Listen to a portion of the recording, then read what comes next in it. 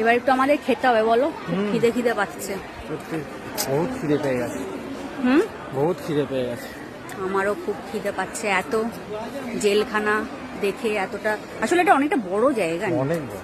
বাইরে থেকে অতটা দেখে আমি এতদিন সত্যি অতটা বুঝতে পারিনি, ভেতরে তো কখনো আসা হয়নি।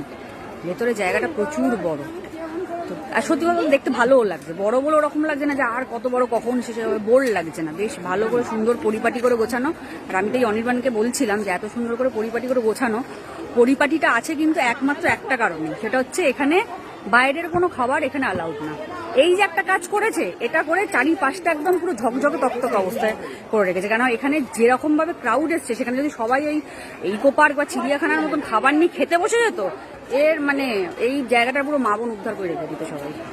খাবার যে অ্যালাউ করেনি, এটা সবচেয়ে মানে ভেতরে সব পরিষেবা পাবে। হ্যাঁ, ফুড কোর্ট আছে, জলের জায়গা আছে, ওয়াশরুম আছে, যে যেখানে খাবে ভেতরে খেয়ে নিলে, তারপর তুমি সব দেখে ইয়ে করো। ও এই দুর্গা এটা বলছিল, এই যে ভেতরে গিয়ে দুর্গা মন্দির, এই যে দুর্গা ঠাকুর, এটা এই যে পিছনের দিকে দেখা যাচ্ছে, ওইটা বলছিল।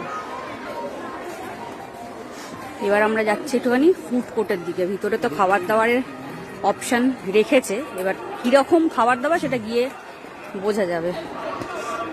কফি হাউস বলেই তো লেখা, ফুড কোর্ট লেখা নেই, কফি হাউস বলেই লেখা মেনলি।